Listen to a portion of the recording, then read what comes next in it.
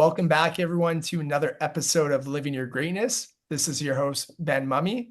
And today I'm super excited to introduce Dr. Robert Glover, who is a therapist, a coach, a speaker, an educator, and a relationship expert with over 40 years of professional experience. So without further ado, let's kind of kick off here, Robert. Welcome to the show. Welcome to Living Your Greatness. Man, thanks. I was smiling because as you're introducing me, I'm changing my name on Zoom because it had a name Robert Glover that I used for my men's membership program. I thought, oh, while he's introducing me, I'll just change it back to Dr. Glover. So it's good to be here. Thanks for the invitation. Yeah, good to have you here. And I kind of want to start off with, just for my, listeners to have a better feel of who you are, to start off with your origin story. Like, what inspired you, to become a relationship therapist and, also write a book, No More Mr. Nice Guy. All right. Well, those man, we're going to go back a long way with that origin story. You and I were chatting before we hit record, and it's kind of always, like Beth, just hit record as soon as we get on the call because we were having just a great conversation. I'm looking forward to continuing that, for the audience. Um, probably going back with the whole relationship thing. uh, I went to college with the idea that I was going to be a minister. Um, kind of like when I was 16, 17 years old, when everybody started saying, "What are you going to do? What are you going to be?" And nobody in my family had ever gone to college before. But my dad said, "You're going to college. You're not going to work as hard as I did all my life." So I didn't know what I wanted to do, but I was really involved with my church growing up, and I thought, well, okay, maybe I'll go study to be a minister. So I went to a Christian college. Very first semester, one of my very first classes was Psychology 101. And I absolutely loved it. I mean, I had no idea I'd find it so interesting. And I think I just liked how it explained people. And I think I maybe have always been curious about people, why we do what we do. So that I was able to create a program that where it kind of combined psychology with ministry. And along the way, I really became interested in a pretty new, it was an emerging field at that time. So we're talking in the 70s of marriage and family therapy. Prior to that, you either had psychiatrists or psychologists. But around this time, people started working not just with individuals, but with couples and with families. So that was pretty new and really intrigued me. So I went on, and got my master's degree in marriage and family therapy, worked for a couple of years as a youth minister, and then wanted to keep going, wanted to go back to school. So I went and got my doctorate in marriage and family therapy. And so I had my doctorate at 29 years old in marriage and family therapy. I was married, but I look back now and I'm not sure that PhD gave me really a lot of training in how to actually have a good relationship, but it did show me how to work with relationships. Okay, fast forward some. Um, my first marriage ended after about 10 years. I left the ministry, got married again. And about 2 or 3 years into my second marriage, I was in my mid 30s by this time. My then wife said to me, everybody thinks you're such a nice guy, but you're not. I can't trust you. I can't depend on you. You treat me well. And then out of the blue, you're blow up at me. They go, you need help.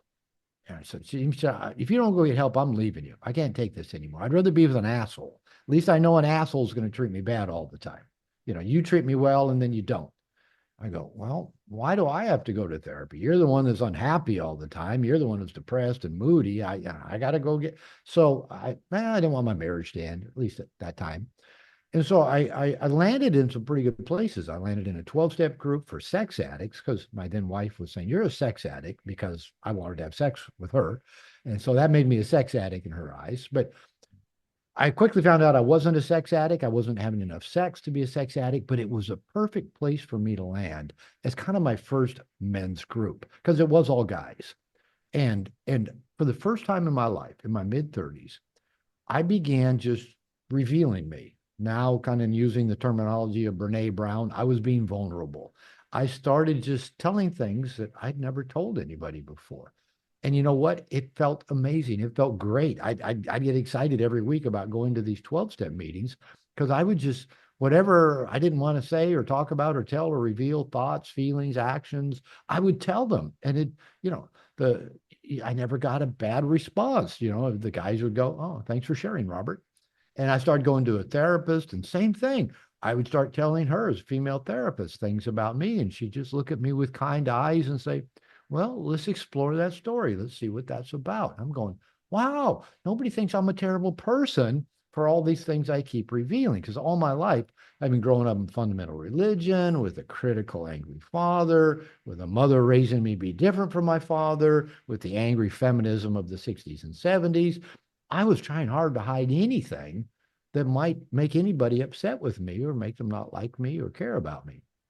So I then joined another men's group taught by a woman, or led by a woman psychologist who had written some books on sexual shame.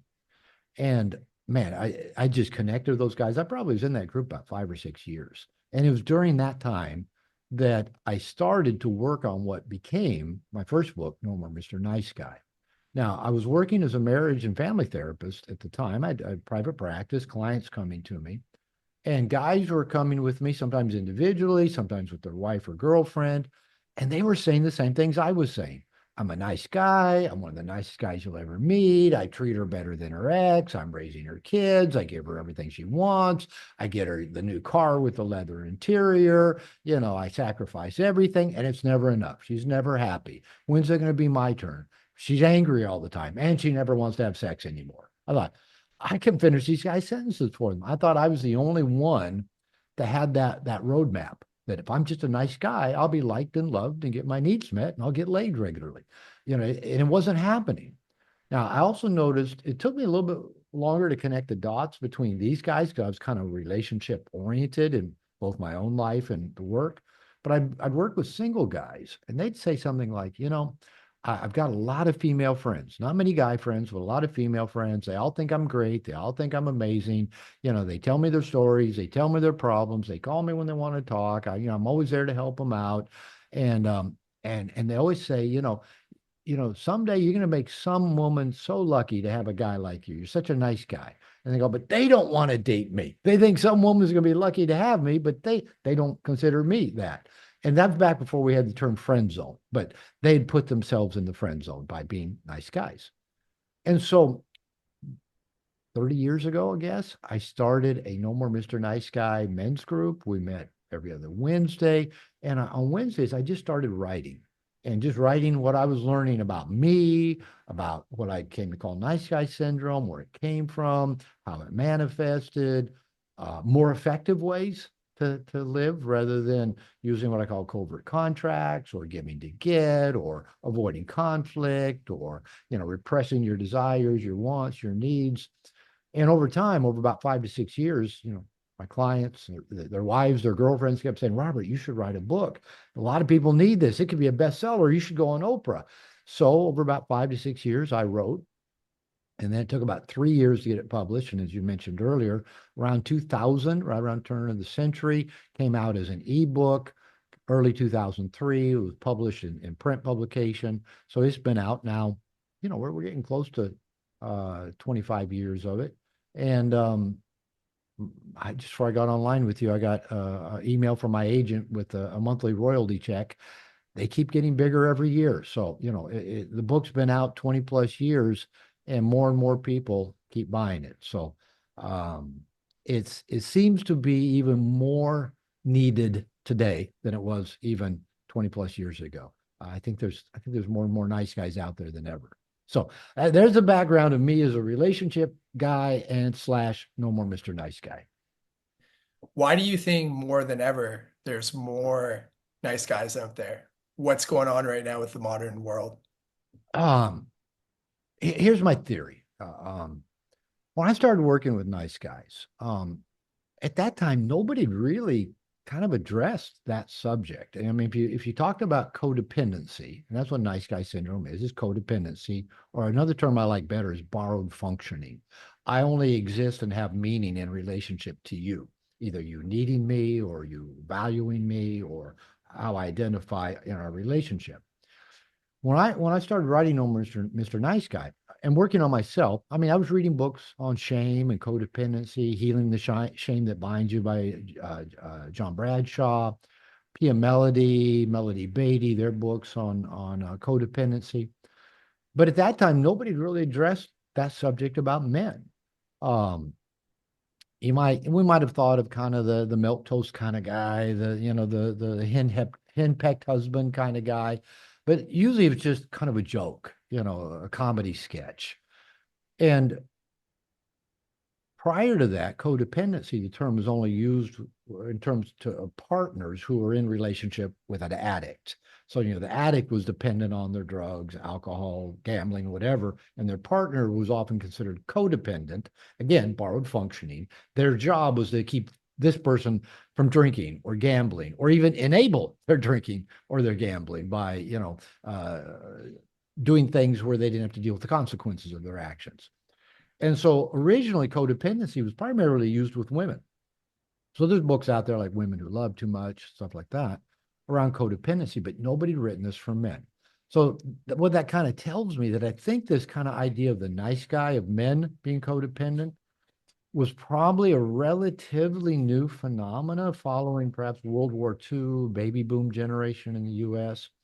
And when I started working with nice guys 30 years ago, for example, the stories I heard from a lot of them, especially around their fathers, I mean, there was a big divide between them and their fathers. Either dad was just absent, either divorced, never was there, or worked all the time and was absent, or just, whatever, had his own hobbies that took him away. So either absent father, or the second version I often heard was unsafe father, angry, abusive, addicted. And so what I saw is that most of the men I worked with just did not have good relationships at all with their dads. And many of them were trying to be different from their fathers. Many either had, like my mother, a codependent mother who trained me to be different from my father, or maybe they had cold, controlling mothers. It's often another story I heard. Okay, fast forward now to here we are.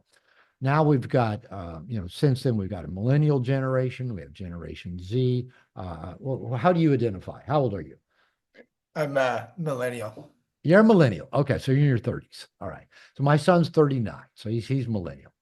What I hear now from millennials and Generation Z is a different story for a lot of them about dad. I mean, still you hear some, well, parents were divorced, dad wasn't there. But now I hear a lot of stories of my dad was a nice guy. And a lot of millennials, Generation Z, were raised by my generation of nice guys. Because again, my son grew up with a nice guy father. And what most young men have been taught is just don't piss off your mother. That's all dad taught. A nice guy dad teaches, don't make your mom mad, because that's what he's trying to avoid doing, is making his wife mad. And so you add that. So a lot of young men are growing up with nice guy fathers teaching, basically showing how to be nice guys. I think throw in a couple of other factors. One is around just for lack of a better term, we'll call it masculine initiation. Throughout all time, our male ancestors, up until maybe say the last 60, 70 years, have had some sort of initiation into the world of the masculine, of what it means to be a man.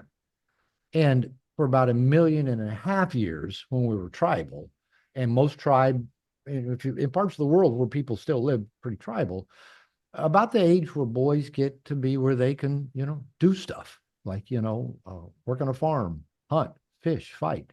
Whether it's 8, 10, 12, 14 years old, there's ritual where the boys get taken away from the women because, for the first few years of their life, they're raised by women.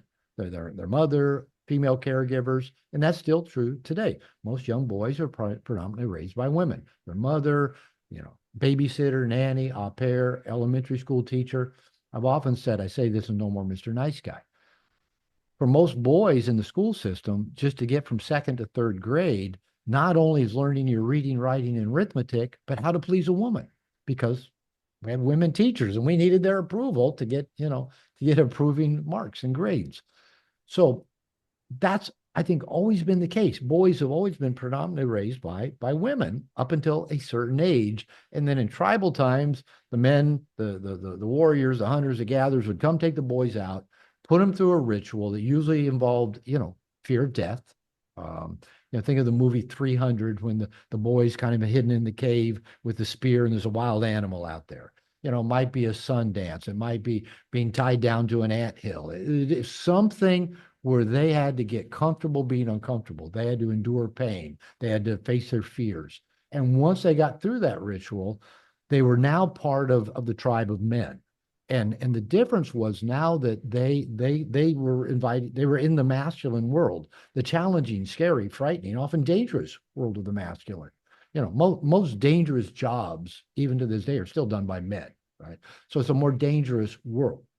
And now instead of them trying to please and get the approval of women, the women sought them. They had what the women wanted. They could provide, they could protect, they had a fierceness about them. And and then even for the last few thousand years, with a more agrarian society, we're not hunters and gatherers so much anymore. Boys, as soon as they were old enough, left the house. They were out with dad, grandpa, cousins, uncles on the farm, feeding chickens, milking cows, pulling rocks out of the field, harvesting. So up until about World War II, boys, even then, even if they didn't have a formal initiation, had, they went and worked with dad out on the farm, or they learned a trade, taught a trade by other men, or went in the military. Now, almost none of that happens. So now you've got, millennials, Generation Z, I call it, they're hanging out in the nursery. They've never been initiated to any kind of masculinity. In fact, they've been told, we'll get to this in a minute, they're bad for being masculine. You're toxic masculinity, patriarchy. So what's happened is they're hanging out in the nursery. We can hang out with our smartphones. Have only been around 15 years and have everything you need pushed to you. You know, whether it's Netflix, whether it's porn, whether it's social media, whether it's just surfing the internet. You want to order food, you can just go on your app and order food. It gets brought to you. And so, most young men can grow up playing video games, smoking dope and drinking, jerking off to porn. Nothing's ever required of them. They've never been initiated. And often they're still seeking the approval of women because nobody's ever, taught them you don't need to seek the approval of women. If you're making a dent in the world, the women will come seeking your approval, right? So yeah, they may go to dating boot camps and work with dating coaches and gurus, which is great. I've got a couple books on dating, and actually maybe learning how to date now maybe is the modern masculine initiation. You got to go do something scary. I got to talk to that woman. That scares me. Okay, go do it anyway. So maybe that's part of our initiation. So I think so we got nice guy fathers, we got lack of masculine initiation, and then we got social media. And I think social media is amazingly feminizing. Yeah, all the coaches I know and work with are all promoting their coaching businesses on Instagram or X or whatever. But the truth is, so many people tell me, "Oh yeah, I waste hours doom scrolling. Oh yeah, I'm on YouTube all the time when I should be working." That's feminizing because the masculine does, it penetrates. The feminine is done too. We all have masculine and feminine side. And seeking likes and approval and how many people do I have following me and subscribing to me. All of that's feminine. That's external validation. And masculine is internally validated through masterful action. So we throw in that we now got a few millennials and Z, and even people my generation addicted to their smartphones, just addicted to social media, doom scrolling, wasting time on YouTube, whatever. I think we've just got more and more men who are lost, who have no identity. People say, "What does it mean to be a man?" Especially young generation have heard, in school. Parents tell me their boys come home from school saying, "Mommy, Daddy, what's toxic masculinity? Am I bad because I'm a boy?" And now we're being taught, non-binary. There's no gender. I was actually taught that in grad school back in the 80s by my feminist teachers. It's completely false. There are gender differences between men and women, two different bell curves. There's overlap, but there's differences. And, in schools, they teach there is no gender. It's a social construct imposed on children, which is scientifically untrue. And so boys are kind of growing up with, what am I? I don't know even what I am. And now if I go try to talk to a girl, she might say I made her uncomfortable, that I raped her. She'll post something about me on social media. So now we've got just more and more passive approval seeking young men following the golden rule that their dads taught them, don't piss off the woman. And that's kind of maybe that's my theory of maybe the bigger pieces of why more and more we have more and more nice guys. How can we inspire, more men, to stop being a nice guy and instead, choose to want to be, high quality man? And then also on top of that, like what would be maybe some masculine traits in today's modern world of what makes a high quality man? Well, I don't use the word high quality. That's a red pill term that I'm not fond of because it's a very subjective term, and usually guys go, I'm red pill, I'm high quality, I'm going to go get high quality women. High quality women just means young and hot, and will let you fuck other women and not just them, right? That's kind of what the terms mean. So I'm not a fan of a high quality man. Um, I like Orion Taraban. I like his work on the value of others. And, basically relationships are transactional. We do have to bring something to the table. So yeah, if you are hanging out in the nursery as a man, you know, playing World of Warcraft till 2 in the morning, smoking dope, ordering food on Uber Eats, you have no challenge, you don't go to the gym, you're not making any money, yeah, you're probably not going to be real attractive to the opposite sex. But I don't know that just getting to the gym a lot, figuring out how to, create an effective click funnel or invest in, cryptocurrency, I don't know that that makes you a more high value, high quality person. Okay. So I'm just not fond of those terms, mainly because of the way I hear them used a lot in the manosphere and on the internet. Um, I, I I'm really more of what can we do to challenge ourselves and face our fears? What can we do to get out of our comfort zone? Now, here's the thing. If for, eons, hundreds of thousands of years, if boys needed older, mature men to help them in the process, I don't, that tells me that maybe doing this on our own it may be doable, but not the most efficient or doable way to do it. Because, like, for example, if a young man, well, it doesn't matter what age, whether he's 35, 25, 18, if if you know if he can just live in a state of comfort 24/7, sleep as much as he wants, be entertained by his smartphone, you know, be on the internet, has enough to eat, enough to distract him. What is his motivation to go do something hard?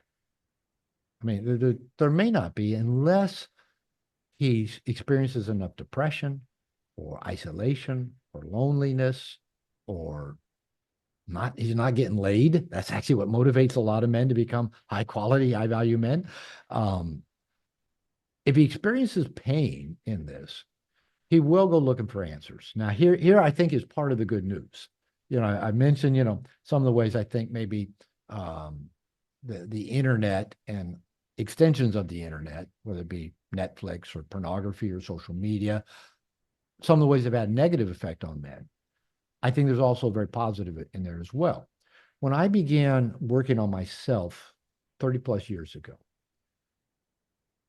pretty much pre-internet, I don't think I had a computer back then. Or I'd worked on computers because I learned in grad school, but I don't know that the internet was really connecting us yet. Maybe email maybe was starting to be used.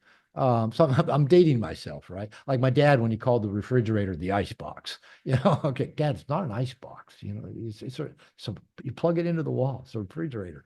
So back then, when I started working on me, like I said, I got lucky. I landed in a 12-step group that had nothing to do with nice guy syndrome. I worked with a therapist who, taught me about boundaries, but she didn't know anything about nice guy syndrome. Landed in a group around sexual shame, which was really good because most nice guys have sexual shame. But that's I got lucky that I found those places. Now there were already some other options. Um, I think Mankind Project might have existed at that time. Sterling Weekends might have existed. I did, I read Iron John, and so I found some groups kind of built around that mythopoetic movement of Robert Bly's Iron John. And so I went out in the woods and beat a drum and had a talking stick and said ho. I did some of that. I think that's kind of a good start, but it doesn't really do a lot to help somebody just challenge themselves and face their fears. So I got lucky that I stumbled onto some stuff, again, pretty much pre-internet being ubiquitous. Um, no men's coaches out there nowadays. You know, as I've said, you can't swing a dead cat without hitting a men's coach. And I love that.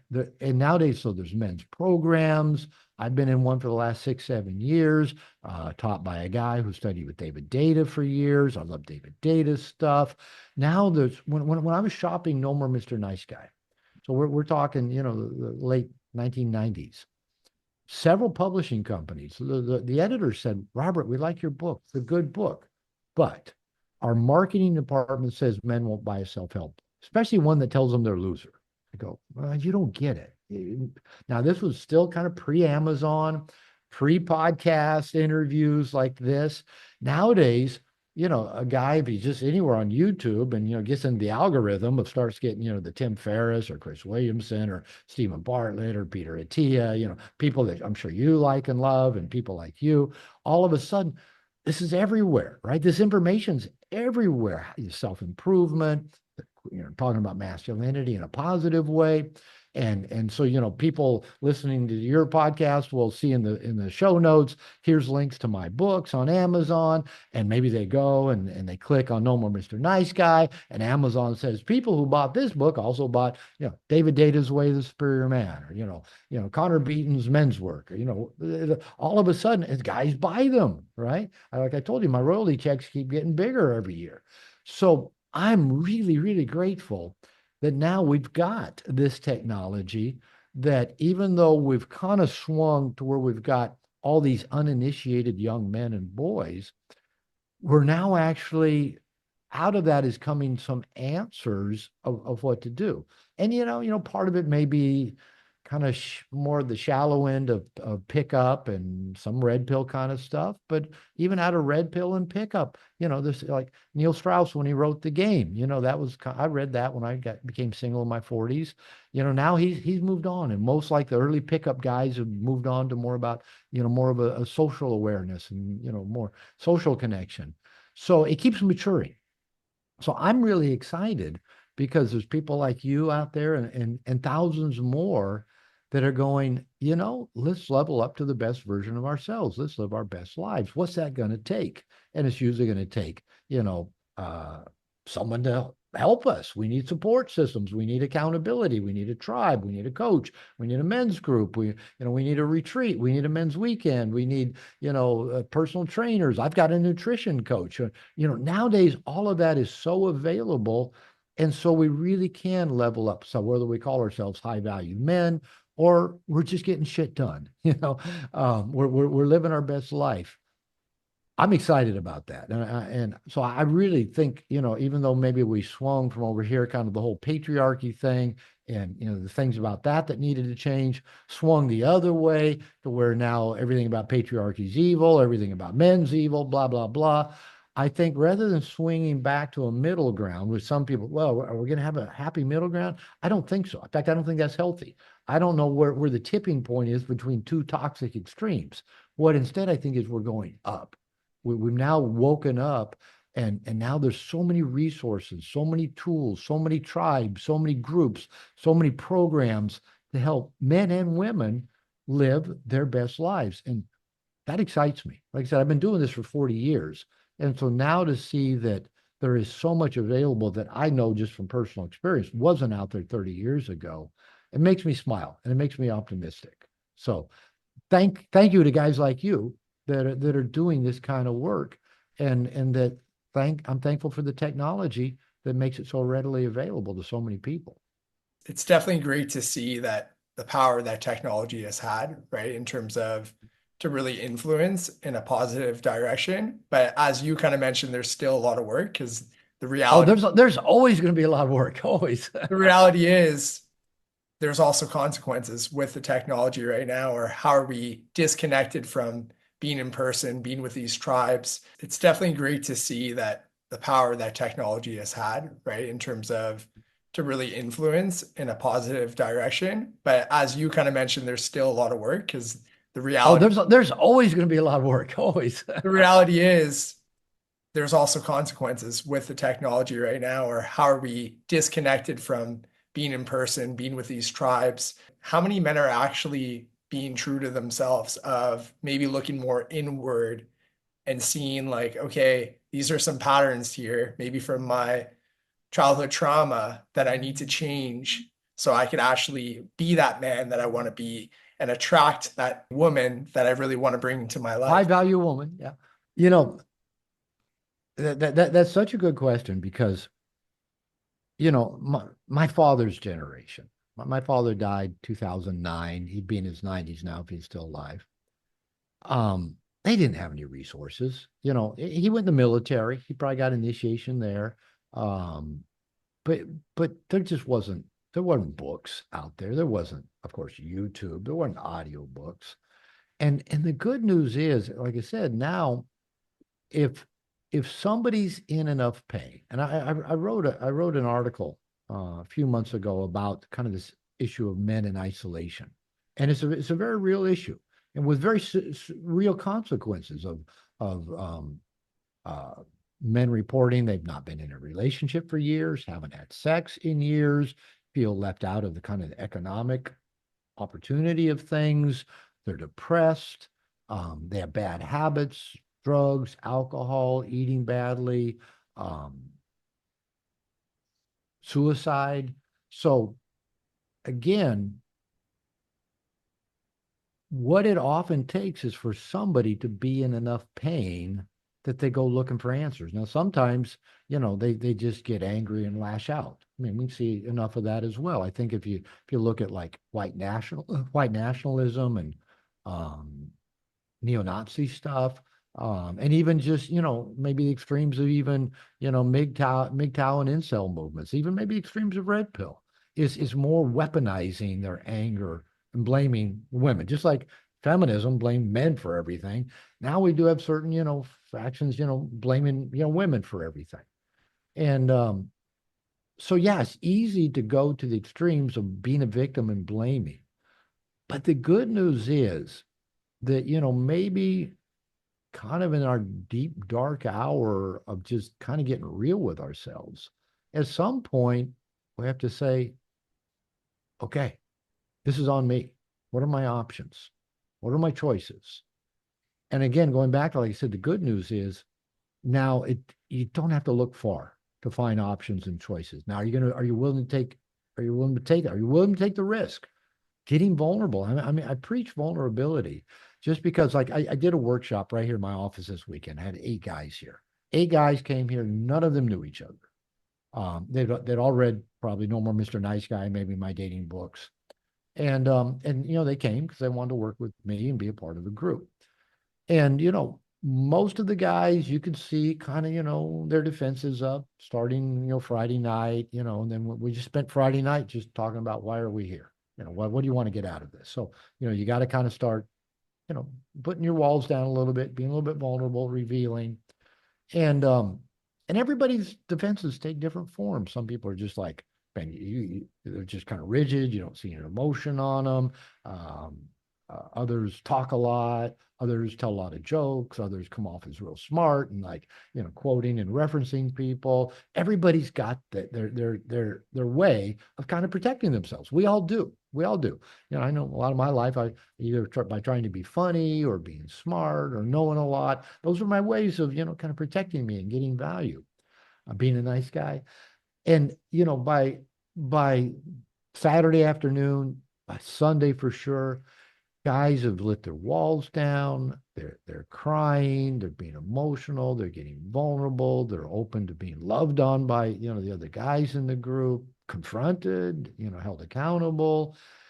It just amazes me if you can create a safe place and plug men in there and they're willing to risk and they see other men being vulnerable. Some guys talks about his porn use and Guy goes, man, I never told anybody, but yeah, me too.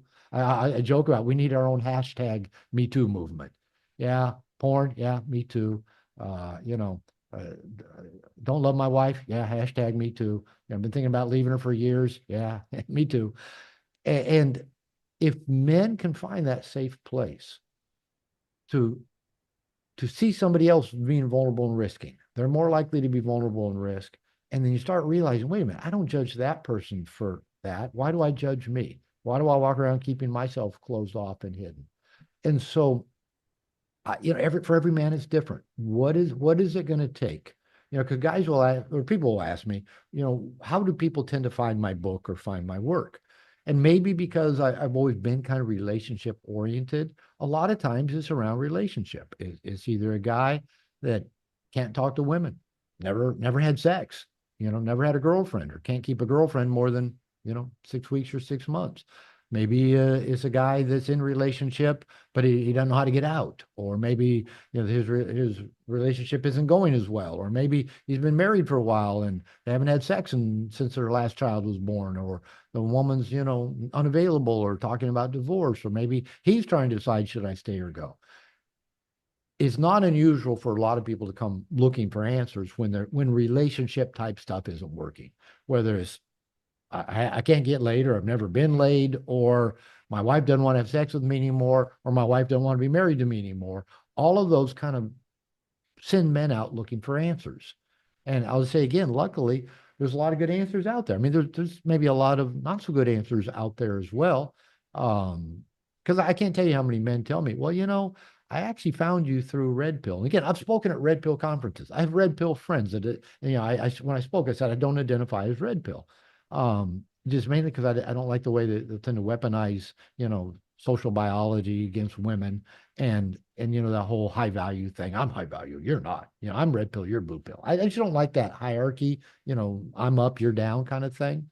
But there's a lot of good tools and information there, and a lot of people kind of stumble into that. Oh yeah, yeah, yeah, I get this. And then they read on the red pill Reddit, no more Mr. Nice Guy. You go, oh, okay. When I spoke at a red pill conference back before COVID, um, I asked how many people there, 250 people. How many people read my book? Probably about three-quarters of them. And I said, okay, I don't know if red pill is the gateway drug to no more Mr. Nice Guy, or no more Mr. Nice Guy is the gateway drug to red pill. But even if what we find isn't perfect, it still starts to open doors that we go, you know what? There's answers. There's ways of doing it. And I tell you what, since I work now all with men, if I can just get men to begin to open up to other men, because men want to go do it by themselves. I'll go it alone. I'll read a book. I'll watch YouTube. I'll watch a lot of podcasts. Guys, your generation, you can just consume information, 24/7. But are you going to act on it? And where are you going to get the support to do the things that are scary? Because to level up and be a high value kind of person, you got to go face some fears. You got to get out of your comfort zone. And it's easier to do with a group of men around you cheering you, telling you can do it. We got your back. Oh, and we're doing it too. We're all in this together. That is where I see the really big difference comes along, is when we've got the team, the support. And women are the same way. They've just historically been better at keeping their groups, their tribes, to support them when they're struggling. Men, when we're struggling, we isolate. So more and more, if we can get men to trust another man, trust two other men, trust a group of men, big things can happen. Good things can happen. What are some, maybe examples of, hard stuff that men could go through together? Often the hardest thing for men is around relationship. You know, is, maybe as ironic as this sounds, even a man, for example, going to a pickup boot camp, and what it looks like, he's going to the pickup boot camp because he wants to figure out how to be able to talk to women he's attracted to, and maybe get laid, which those are all good things, and I'm not a big fan of all the techniques and NLP and magic tricks and hypnosis. I mean, just kind of let's just learn to approach people and say, hey, I'm Robert. What's your story? Where are you from? Whatever. Let's just, but there's no right way to do it. But here's the thing, like a lot of guys kind of find out when they go do like this, a pickup boot camp, is that they came there because they wanted to be able to talk to pretty women and get laid. And what ends up happening is they make some friends, some buddies who came there for the same reason, who had the same struggle they do, so they can relate to each other. Now they're going out together, right? In twos or threes or fours or groups, going out and facing their fears together. And, they've all got an assignment, to talk to, 3, 5, 12 women in a night. Just walk up and start a conversation. And, it doesn't really matter what the challenge is in front of them, whether it's talking to a woman, or facing some other fear. They're doing it with a group of guys. And all of a sudden they go, I'm not alone. I don't have to do this all by myself. I don't have to deal with my inner dialogue that says I'm a loser, or I'm going to look foolish, or I can't handle getting rejected. Because I'm watching my buddies do it, and they're surviving and they're okay. And I respect them, and it encourages me. So it doesn't matter what it is, whether you want to learn how to talk to women, or you're going through a divorce, you didn't see it coming, your wife's leaving you, you got 2 kids, you're worried about the financial situation, are you going to get to be around your kids? And you find a group of men that are going through the same thing as you, and you start doing the hard stuff. Maybe you start um, taking better care of yourself. Maybe you start setting some boundaries. Maybe you start asking for what you want. Maybe you start saying no. Maybe you get the balls to go lawyer up and don't let yourself get pushed around. It can be so many different things. But anytime we face a fear and we do it with the support of other men, that becomes so empowering, so yeah, why did it take me so long? This feels good to feel a sense of power. And power is a good thing. When we don't feel power, that's when we become victims. That's when we lash out. That's when we hurt other people. When we feel power, we don't need to hurt anybody else. We don't need to be a victim. If we feel power, we can take responsibility and accountability and take action to do the things that scare us. So, even just watching, the guys this weekend, one example was 2 of the guys on Sunday. I make them change seats every day during the workshop just to mix things up. So 2 guys were sitting right behind me next to each other. And both of them have been married for an extended number of years. Maybe they're both 40s to 50, something like that. And one of them had cheated on his wife a couple of times, once for a period, for over a period of few years. The other one, and neither one's happy in their marriage. And the other one, just I don't think he and his wife have had sex in, I don't know, forever. And so he's not been happy. And they both think, well, either there's kids involved in both situations. Of course, the standard of living they both have, by being married, and that they've come to, to enjoy together. That's going to take a hit if they divorce. Not seeing your kids regularly, it's going to take a hit if you get divorced. So they're thinking black and white, oh, I either just got to stay and put this up and fantasize about, other women, or look at porn, or, wish, but, and be miserable. I either got to stay and be miserable or get divorced. And, I got to talking with them. I said, why don't you go home and have a difficult conversation with your wife and say, I'm not happy. Can you help me?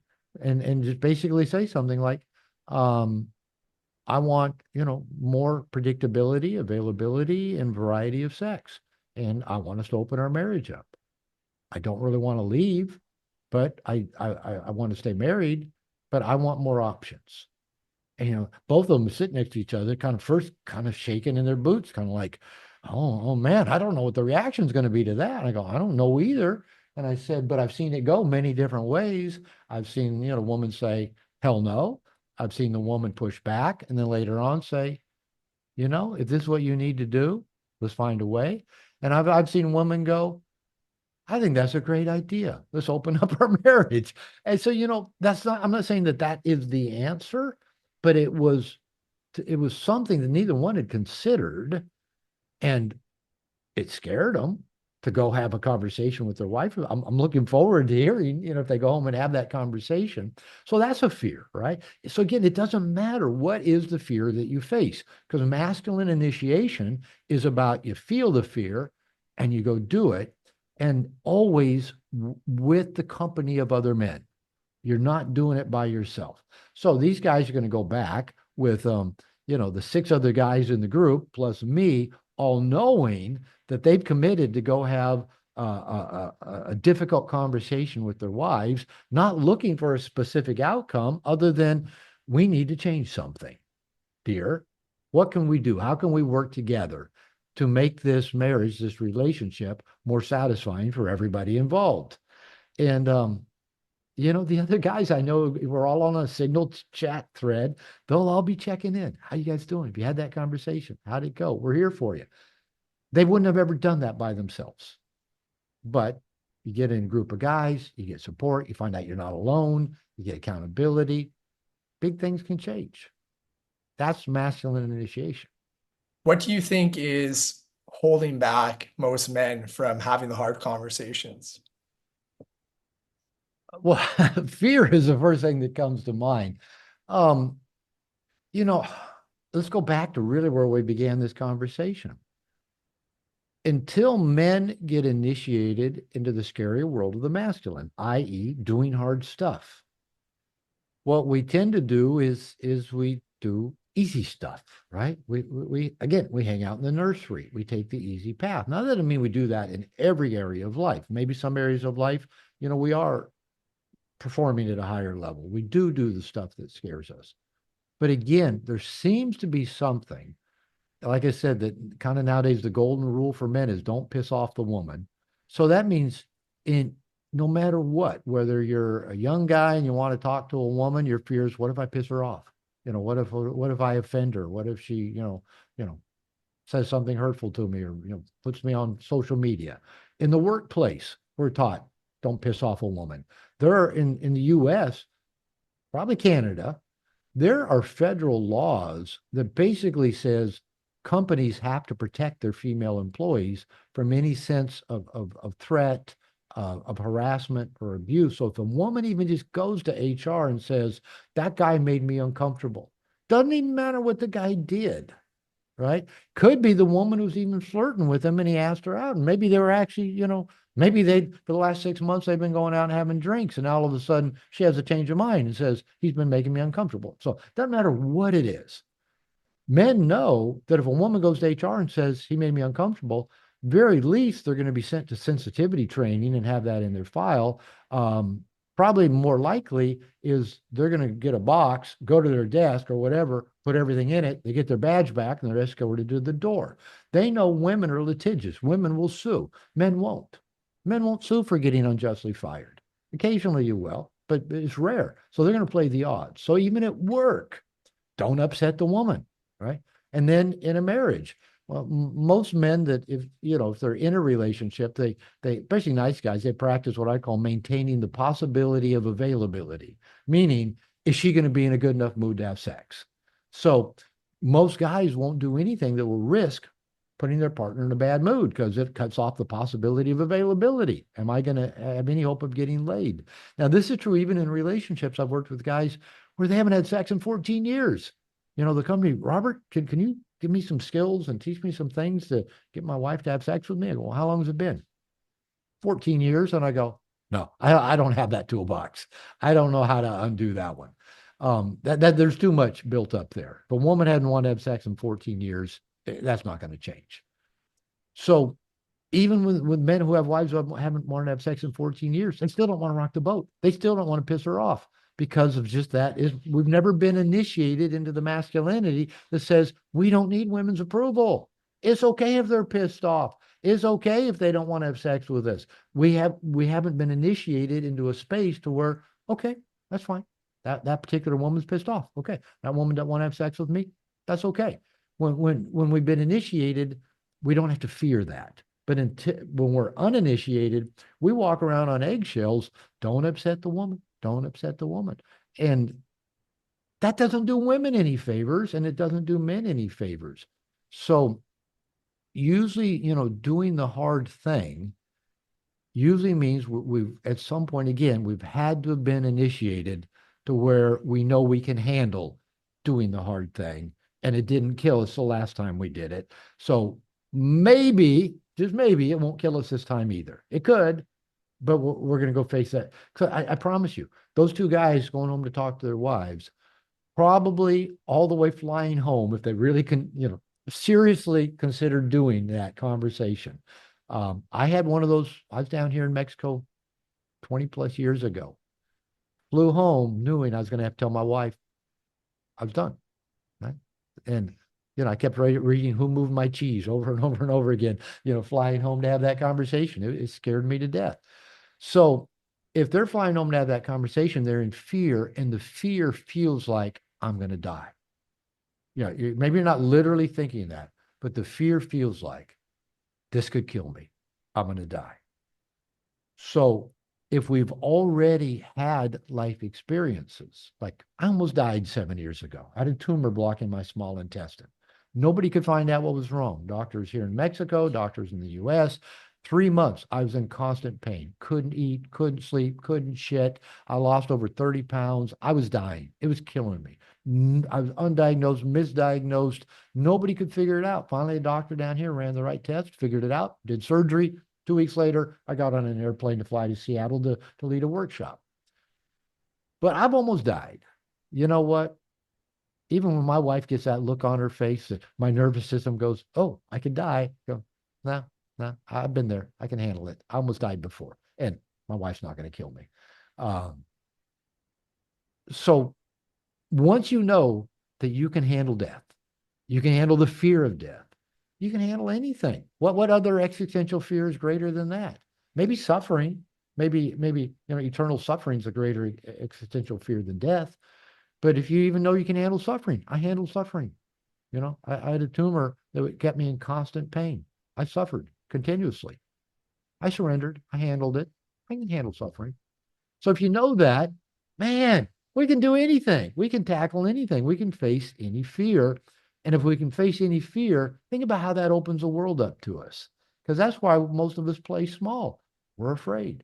And if we can face our fears and do it with the support of other people who are also facing their fears, now we're a club. We're a team. We're having fun together. And we're laughing together and supporting each other and celebrating our victories together. So to me, that's a life well lived. Also, women tend to really want to see a man being like his true authentic self, expressing his needs, his wants, his desires. For a woman to be in their feminine, they want to see their man in their masculine, right? Yeah, they, And they there's want that polarity. and there's that kind of mix of yin yang, right? So my next question that I'm curious to ask is like, how do you think, maybe a mix of chaos and order is important, for both not only the man to be in his masculine, but also for the Yeah. woman to be in her feminine?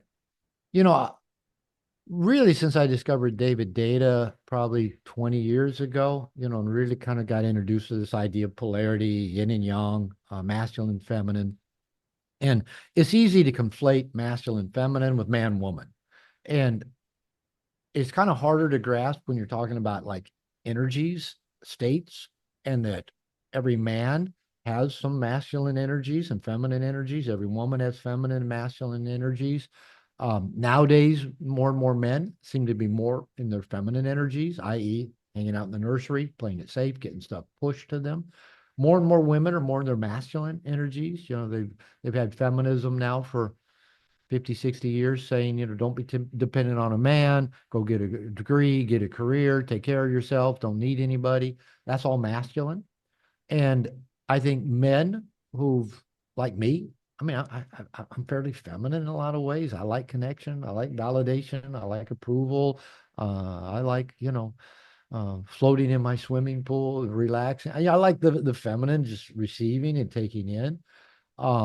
But I also have that masculine side that I like a challenge. I like rising to the challenge, learning something new, being supported, facing fears, handling something masterfully, and walking away going, I'm proud of myself. I did okay. I've had to work at being more in my masculine, and nowadays a lot of women are having to work getting more into their feminine because they've been told not to be for a long, long time. And being in their feminine means they have to trust. Well, they could be with another woman, but let's say that they're going to have to trust a man. They're going to have to trust his leadership, his consciousness, his open heartedness, his ability to create the container, to take a stand, to have boundaries, to be trustworthy. And most women haven't seen that in men. That's why I'm excited that more and more men are going down this path because it's a gift to women to where they can relax into their feminine. Most of the stuff that women do from morning till night is masculine. Even mothering is mostly masculine. The only part of mothering that's really feminine might be a woman just holding her baby, next to her skin and looking in his or her eyes, and maybe the baby suckling on her breast, or maybe it's a little child, running to put their arms around her and give her a hug. That's feminine, right? That's connection, it's flow of love, nurture. Most of mothering is, you got to feed them, you got to bathe them, you got to protect them, you got to get them to bed, you got to dress them, you got to get them to school, get their homework done. That's all doing. So it's all masculine. So most women, whether they have kids or not, at the time they get up in the morning, even getting ready to go to work is now masculine. It's not feminine anymore. It's not, how can I look beautiful? It's not, how do I have to look right to go do my job? Then they got to commute, masculine. Then they got to put up with managers, co-workers, customers, salespeople. Get stuff done, show results, masculine. Come home, masculine. Dinner to be made, dishes to be done, laundry to be done, masculine, because it's all doing. We might think of that kind of stereotypical as women's work, but that's, of course, a gender stereotype. It's masculine, it's doing. So then most women come home and, then their husband is, I don't guess you'd want to have sex tonight, would you, dear? And that's like one more thing she got to do. It's on that list of to-do lists now. She's going, fuck you. I've been doing all day long. She doesn't get the sense that having sex is going to her get to relax and open and be done to and be penetrated and experience the bliss of that feminine opening and being well penetrated. A lot of women aren't getting to experience that because a lot of men don't know how to bring that to the relationship. So a lot of women just stay in their masculine. So yes, as men can get in a more empowered, conscious, masculine state of penetrating the world and women with love and consciousness, and through facing their fears, living up to their full potential, women benefit from that. Women get blessed. You mentioned Chris Williamson. I shared something on an interview with him that he I think almost sent viral because he made a little clip about it. Him talking to Alex Hormozy about it, where I say that the feminine is highly attractive. Now I say the feminine. That's women, baby, dogs, cats, money, opportunity, adventure. Feminine. Everything that's chaos, as you said. Everything's not nailed down. Is highly attracted to the man who's comfortable in his own skin, knows where he's going. There's purpose and passion. It looks like he's having a good time getting there. Women go, I want into that. When I share that little meme with women coaches like that, maybe that coach men or other women, and I talk about feminine being attracted to a man comfortable in his own skin, knows where he's going, looks like he's having a good time getting there. The women coaches all go, ah. Just see it in their body, this side, go, yes, that. The feminine part of women want that. Now, if they're, in a relationship with another woman, lesbians and gay men get this better than straight people do. Gay men and lesbians know you need a masculine feminine polarity to have anything of interest and excitement. You need a pitcher and a catcher. You need a top and a bottom. You need a dom and you need a sub. Lesbians get it. Gay men get it. Straight people are walking around, dominant, submission, those are bad words. Oh no, we can't talk about those things. But if you don't have a doer and a done to, you just have two bodies laid next to each other waiting for something to happen. Right? That's not polarity. There's no sex in that. Nothing, nobody's going to get penetrated. Nobody's going to penetrate. And so we kind of have this cultural fear of these dynamics of the power of the yin and yang. But the beauty of it is if we can like have choice and we move back and forth between, think of the sexual experience that maybe the dude initiates something, the woman goes, opens and, submits, and the guy, penetrates her. And then maybe she flips him over and climbs on top and does him. It's beautiful when it can go back and forth, but you got to have both. You got to have dominance and submission, pitcher, catcher, top, bottom. It has to exist, or you just have a couple friendly people having a nice conversation. That's all the more you're going to get out of it. So what I'm finding is there's lots of women. I mean, they like flock to David Data seminars. They flock to John Wineland seminars, my coach. They flock to these seminars where there's men being taught to be conscious and present and have eye contact and be firm and grounded and non-anxious. And the women are going, yes, yes, please, I want that. Because they've not experienced that. 'Cause they've had to be in their own masculine so much of their lives to get to open to their own feminine just feels almost like something they only get to read about in their romance novels. And there's a reason why women buy the romance novels, because it's all about, a powerful man penetrating another powerful woman, right? It's not that the women are just submissive by nature. They're powerful, but they want to submit to that powerful man in every single, I read a couple romance novels every year just because just to give you the psychology of what are women truly craving. Um, some coach said the other day his top three favorite books, and I'd read them all. Were my book, Way of the Superior Man, and he surprised me. Nancy Friday's My Secret Garden. I go, love that book. Yeah, I don't think he thought I probably had read it. So women are craving that. So not only can do we men, when we get our masculine initiation, and it helps us penetrate the world with our consciousness and our presence and our fierceness and our power, and really, level up. That is such a gift to the women of the world, to the feminine, that yeah, they got something that they can open up to and feel safe with and feel protected by and enjoy being penetrated by. So it's a win-win situation in my eyes. I've seen or heard or even experienced myself, some men do a great job at, showing up secure, showing up in their masculine. But in any relationship, right, there's always at some point a challenge, right? There's conflict. Always, You're yeah. going to have to continue to keep navigating. But how do you sustain, maybe like that's probably the hardest thing, is sustaining that dynamic of a healthy connection with your partner and, having your boundaries, having confidence, even through the hard I've time. written 4 books, all for men. No More Mr. Nice Guy, 2 dating books, and I co-authored a book called The Big Stick with one of my coaches. It's about all the stuff I've taught for the last 30, 40 years. So I guess the world's leading authority on nice guy syndrome. I got a doctorate in marriage and family therapy. I'm on my third marriage. I've had other relationships. I learned to date in my 40s and 50s. Hell, I'm learning Spanish in my 50s and 60s, right? My wife's Mexican. Um, and my wife and I just a weekend ago celebrated our 8th wedding anniversary. We got a little Airbnb here in town in Puerto Vallarta above the ocean, and just had a great time. Great time. I felt so blessed and so grateful. And first year of our marriage, we were struggling. We were struggling. She had her wounds and traumas and fears and projections, and I had my reactions to her projections onto me. We were struggling, and we both loved each other dearly, and but we weren't doing well. That was just in our first year of marriage, and I was leading a men's workshop, and we were doing a little practice where we talk about how do we fill our life with the resources we need to get our needs met, to get our bucket filled. And I said, I need a men's group. I'm living down in Mexico, wasn't particularly fluent in Spanish, speak just enough to get by. Struggling with my wife, working from home, feeling isolated, and no real good guy friends down here. Most of the male friends I had back when I was single living here lived in a different part of town. Most were gay, kind of had their own lives. I'd moved on and kind of I'm living this married life.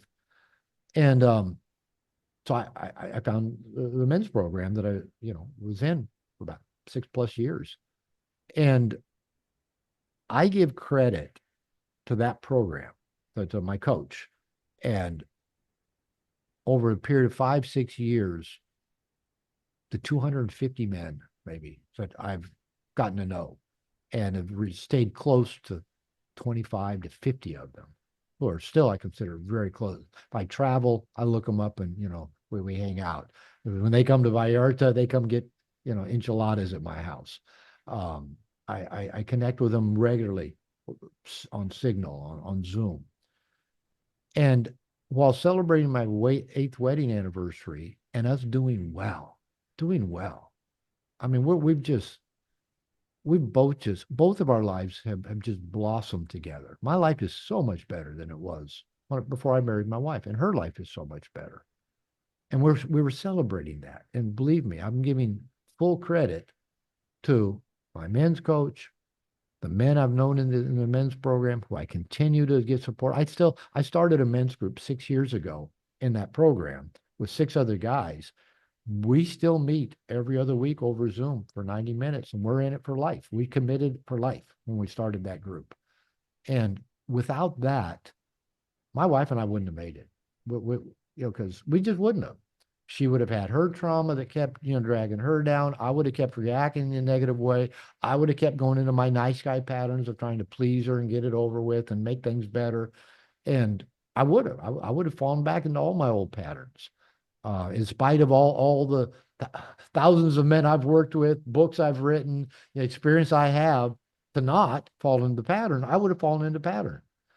The only thing that saved me was having people who knew me well and supported me and held me accountable that I could share anything with, and I get their support. I get new tools. I learned to ground. I learned to breathe. I learned to open my heart. I learned to be more conscious. I learned to lead. I learned to be more playful. And still, I need those men.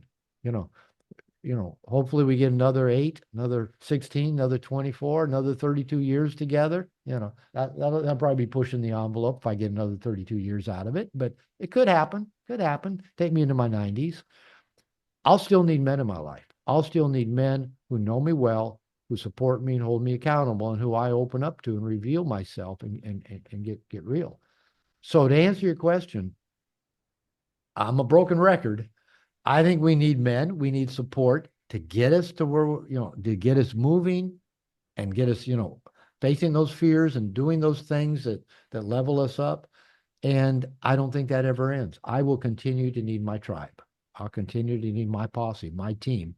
And kind of going back to what women are attracted to, think about, you know, culturally, who do women seem to be drawn to the most? It's the team players, it's the professional athletes, or athletes at any level. It's the rock stars, the rock bands. When men are performing at a high level in the presence of other men, teaming up, supporting each other.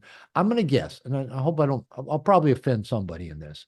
I don't get a sense women probably flock to professional frisbee throwers or, cross country skiers. Yeah, maybe they're high level of athlete, but they're isolated. They're sport, they're just doing by themselves. But men performing as part of a team seems to be highly attractive to women. They seem to, keep going for that over and over and over again. So I again, men, when I had 8 men in my house this weekend, and my wife sees that they all have this great respect for me. They pay money, they come here, they tell her how amazing they think I am, and she sees me leading these men, right? She's really attracted to me. She's really turned on by it, even more so than normal. She's always attracted and turned on. But when she sees me with men and sees men respecting me and me having that connection, every woman I've ever been with, they've all told me, again, I'm even more attracted to you when you've been hanging out with men. So I'm a broken record on that one. Yeah, there's so much more self-respect, I think, in terms of when you were talking about like being in a team or a tribe, right? Like it used to be tribes, but whether it's a sports team or a men's group, it just shows so much self-respect to yourself, right? Good way to put it. Yeah, good way to Uh, put it. and the woman could obviously feel that, right? They're like, wow, like it's good to see him, with them, and not with me, right? And all that stuff.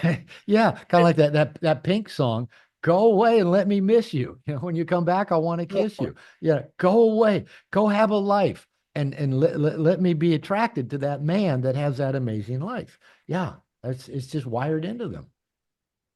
I'm curious to get your opinion on, there's a lot of talk about it nowadays, ever since the book Attach was written, Oh about yeah, yeah. styles, right? And you have secure, you have fearful avoidant, you have dismissive avoidant, you have anxious. And so I'm curious, like sometimes there can be, again, these two people on paper, they look like a great fit.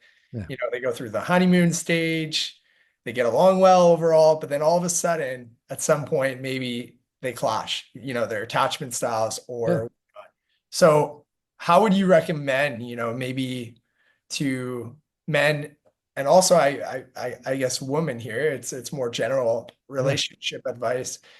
But what's your opinion on attachment styles and how can we navigate some of those challenging times? Yeah. I attachment style really does seem to be kind of a pretty popular theme right now, social media and interviews and for good reason. I think there's good material there. A story about 3 or 4 years ago, I took a sabbatical for about 3 months just to take a break from doing interviews, coaching, and just I wanted to write and read and relax.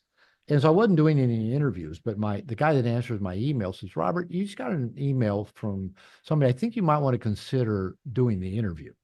And it was from Michaela Peterson, Jordan Peterson's daughter. And I'd read 12, 12 Rules for Life. So I'd been introduced to her through Jordan's book. And I thought, why is Michaela Peterson, wanting to do an interview with me? I didn't know. So I listened to a couple of her recent interviews. One was some like a gym owner in the UK or something. The other one was a guy talking about attachment theory. I thought, oh, okay, I'll check that one out. And it was a guy named Adam Lane Smith. And I didn't know who he was, but I'm listening to it. And he's talking about attachment theory. And she asked him some question. And in the middle of this interview, he says, there's so many people that just don't really get it, but there's this guy in America, and he's like a fucking genius, and he wrote this amazing book all about attachment theory called No More Mr. Nice Guy. So I'm sitting listening. I'm lying on my bed on a Sunday afternoon listening to that.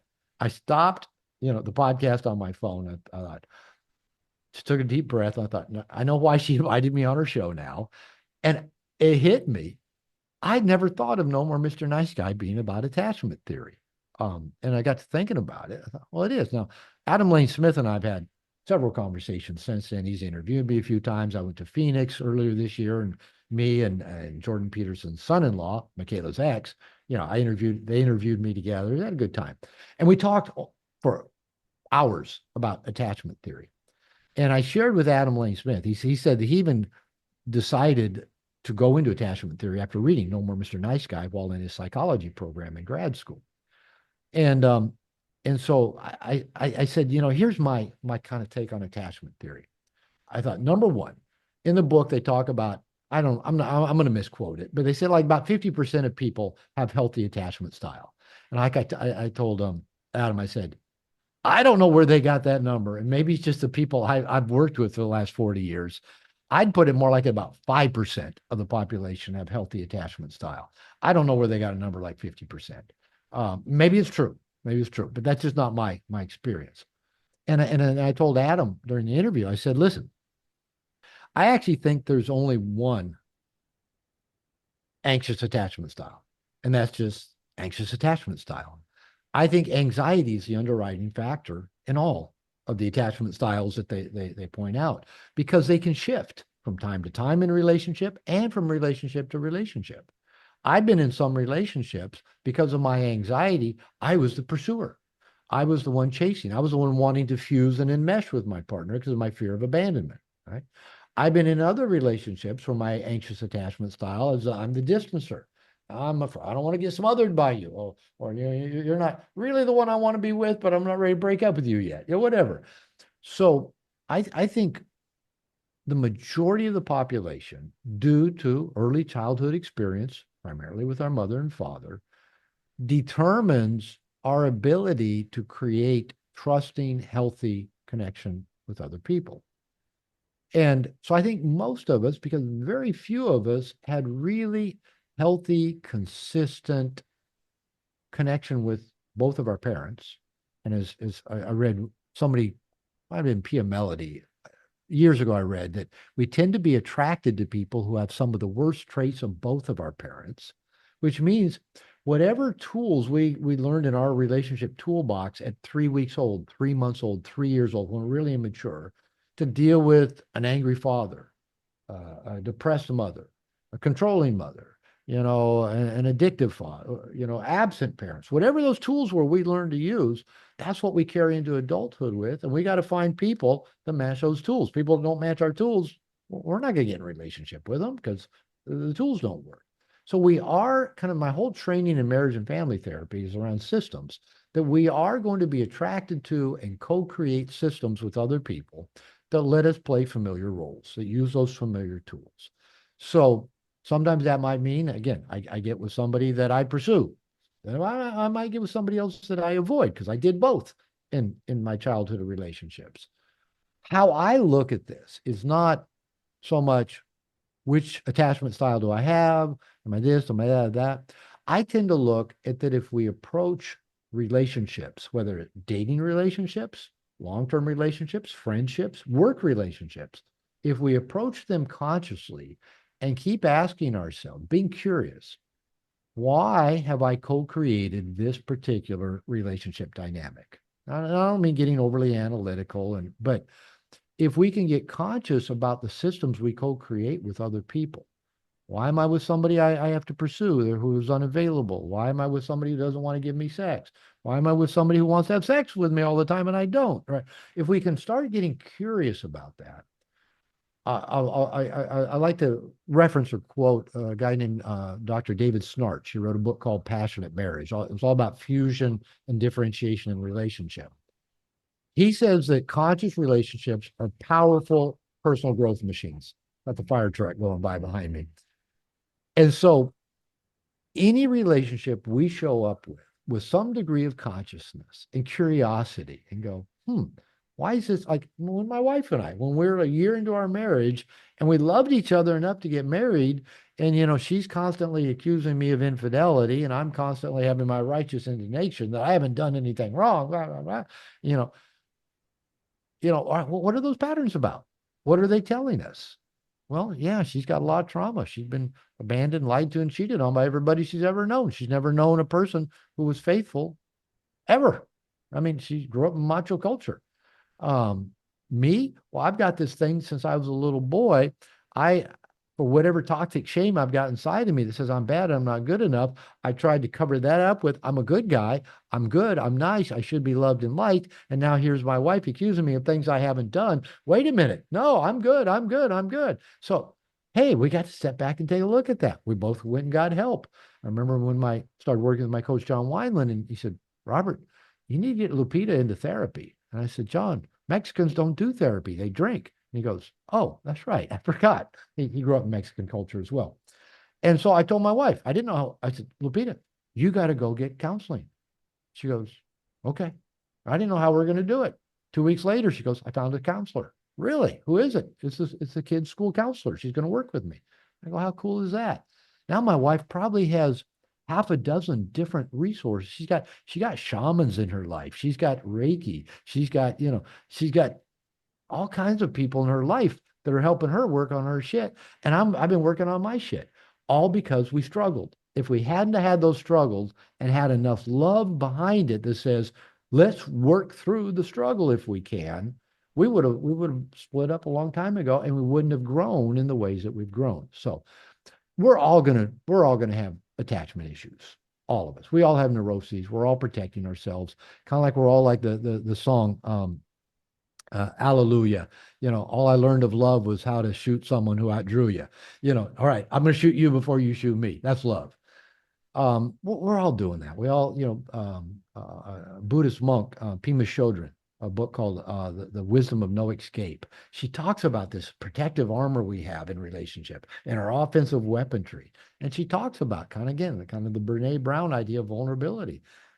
How do we start just peeling off the armor, dropping the weapons, and saying, "Here I am, hurt me." And how else are we going to grow if we're not willing to experience that kind of vulnerability? And that brings us back full circle to facing fears, doing the stuff that scares us, and maybe relationship vulnerability. Maybe that's the next biggest fear, right up there with death. So I don't know if I answered your question or not, but there's a little bit about attachment theory.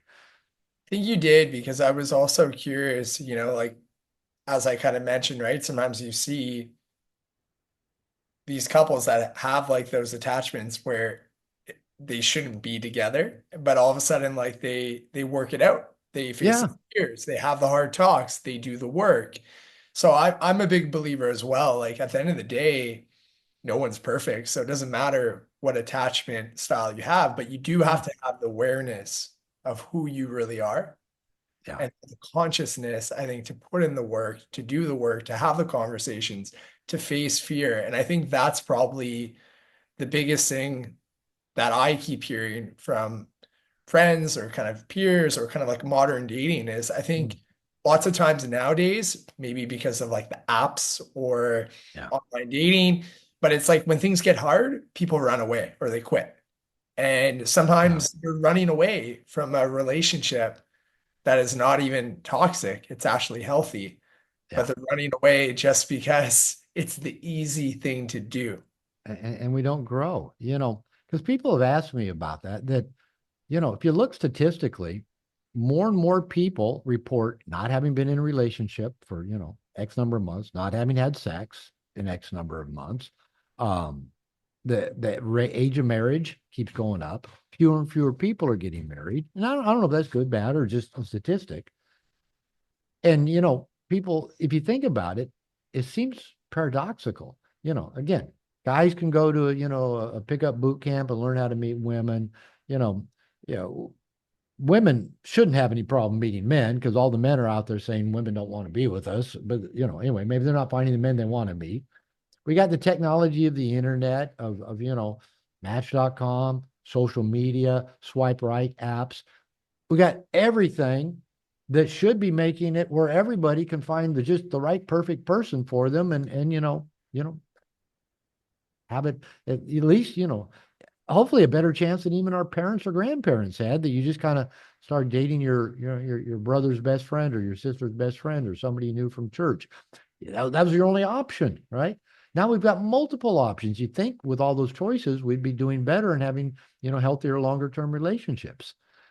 I think personally what's happening is I think both men and women have their own type of FOMO, fear of missing out. I think the guys, once they get good at the pickup and get good at getting the women on the apps and just get good at cold approach and all that stuff, they're going, yeah, why should I settle down with one woman? I'm going to see another prettier one, hotter one, younger one, sexier one. I'm going to want to have sex with her. I'm going to miss out if I just settle down with one woman. And so I think there's that FOMO for the guys that get good at doing that stuff. And then a lot of guys just never get good at it. The apps are there, but they just never get good at it. So like those windows aren't open to them. And I think the women have a different kind of FOMO. I, I got 50, 90, 100, 150 guys a day sending me messages, wanting to connect with me, asking me out, wanting to spend money on me. Oh, sure, I love this. I love getting all this attention. Oh, I got to just pick one of them and turn off the apps and not get all that attention from all those other guys that want to pay attention to me and want to take me out and spend money on me. Oh, why would I settle down to just one? But there's a bunch. So I think there's a FOMO going on that our technology has made it so easy to make these connections that why would we pick one and do some hard work with one of them? Whether it's the guys, well, I won't be able to have sex with the next, hot young thing I see, and the woman going, well, you mean I'll just have to be happy with one man's attention and I can't keep seeking hundreds of men's attention? And maybe I'm oversimplifying it, but I've talked to enough people that I think there's some validity to my theory that, and I've been telling people for a while, get off social media, get off the apps. And everybody goes, everybody I talked to. I haven't had one person yet go, that's the best idea I've heard in a long time. I think the social media and the apps are they're not moving us forward. I think they're moving us backwards. The biggest thing for my podcast here is I'm really trying to inspire millions of people across the world, to achieve greatness and enhance their overall personal well-being. So what is your definition of greatness? I love it when I get stuff sprung on me that I didn't see coming. I like that. Um,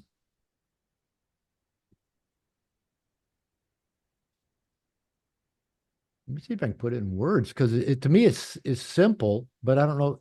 To me, it really would have to do with not letting my fears and self-limiting beliefs appear too believable to me. So greatness is where you can see your fears, see your self-limiting beliefs, and smile at them and take action anyway. That's a beautiful definition, but taking now that definition, how would you apply that for, the terminology of like a great relationship romantically? I would think, and actually, I saw this. I'll just say I was watching a interview with Chris Williamson and Matthew McConaughey the other day, and they were talking about this Michelangelo effect, where you could see the statue of David inside, this giant piece of stone. And I like the idea they were talking about is, can we see the best in our partner?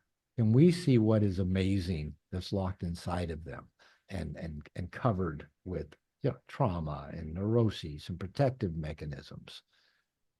And because I know that's how I see my wife. I've for a long time thought she was just fucking amazing, just a fucking amazing human being, just a brilliant light, a force of nature, somebody that walks into a room and lights a room up with just her humor and her intellect and her just her being. And I've always seen that. And I think she is just now starting to see it. Her coaches, her shamans, her friends, her therapists all keep kind of reflecting this back to her, that she has this brilliance about her. And she, like most people, like me included, kind of have this response of, who? Me? That's me? That's what's inside of me? That's what other people see in me? Now, because we just see, whatever we, the vision of ourselves that we've picked up through family and culture and religion and all that.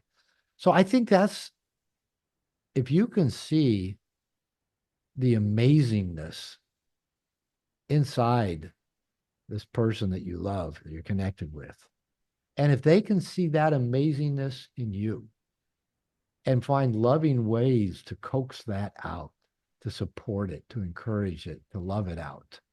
Um, this morning, my wife just asked me, we'd taken the dog for a walk, and I was about to get on a call, and I went to give her a kiss. She was sitting at a chair in our kitchen, and she started just touching my face and said, "Did you like that when I did that yesterday morning when we're laying in bed, just kind of stroke it?" I said, "Mm-hmm. I liked it a lot." And she was just testing. Did that was something that when she did it the other day, I thought, oh, she doesn't do that a lot to me, but I like it. So she was checking in. Did you like that? Did that activate something in you? I go, "Mhm, it did. Thank you." So how can we keep finding ways to activate the greatness in our partner? I love that. So to bring out the best of each other Yeah. and see each other's strengths rather than being so critical and Yeah, seeing. if they would just quit doing that, or if they would just lose some weight, or if they just get to the gym, or if they would just quit arguing with me. No, what is their greatness? What's their greatness? And how can we just shine a bright light on that? I love that. Well, Robert, now that you have a good feel of my show, who is someone that you would love to see on Living Your Greatness? Living your greatness. Well, some people I know that would probably align with you well. Connor Beaton is a great guy, wrote a book called Men's Work. Um, Mark Manson would fit in well with you here. One of my certified coaches by name of Wally Wallace wrote a book called Sipping Fear, Pissing Courage about the effect of addiction, especially on men. I think all three of those guys would light your show up. I love that, Robert. Well, I appreciate that recommendation because I do plan on doing like a men's work series specific Cool. for men. So I'll keep those names in mind. And I just want to take this last little moment, Robert, to really thank you for being here today. Thank you for, like all the wisdom and knowledge that you've shared. And is there any like final pieces of advice or just anything that you want to share before we sign off? Oh man, I always bring my A game, so you've gotten the best of me. So other than yeah, I'm kind of starting to feel a little bit hungry. It must be time to eat. That's what my advice is, Robert. Go get something to eat. No, you got my best stuff. Awesome, Robert. Well, thanks again for everything. Ben, thank you. It's been fun.